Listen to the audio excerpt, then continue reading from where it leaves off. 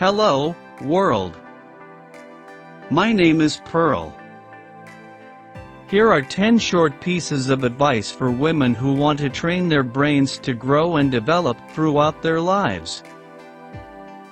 1. Read widely and often. Reading is a great way to exercise your brain, improve your vocabulary, and learn new things.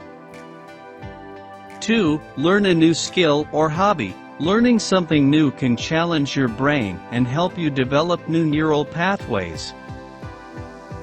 3. Practice mindfulness meditation. Mindfulness meditation can help reduce stress, improve focus, and increase self-awareness. 4. Exercise regularly. Exercise has been shown to have many cognitive benefits, including improving memory and concentration. 5. Challenge yourself intellectually. Engage in activities that challenge your brain, such as solving puzzles, playing strategy games, or learning a new language. 6. Seek out new experiences. Trying new things can help you grow and develop as a person, and can provide new opportunities for learning and personal growth. 7. Set goals and work towards them. Setting goals and working towards them can help you develop new skills and achieve personal growth.